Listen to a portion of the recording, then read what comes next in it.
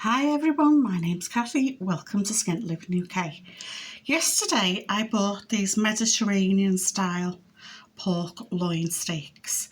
They're usually £3.95 and I got them for £1.71. So I thought, what could I do with them? So I thought I could make a pork fouillon because I had some egg and bean sprouts, and then I changed my mind.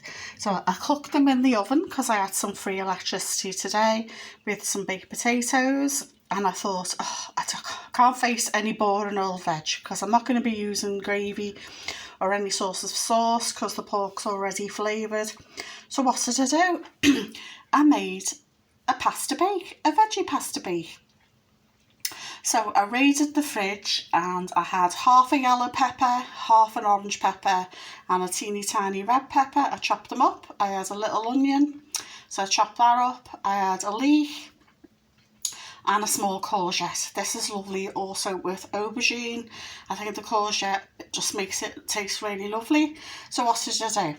So I cooked some pasta in a pan, your usual way, and drained it off, mixed it in this oven-proof dish, added the veggies that I'd already chopped up, and then over them I added a glug of olive oil and a big dash of basil and a big dash of garlic granules, and then I grated some black pepper all over.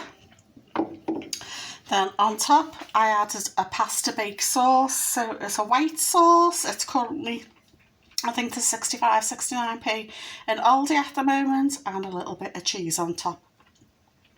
So it's just a great way of using wilty veg in your fridge before they go off completely, or if you've got a frozen bag of veggies, throw them in as well.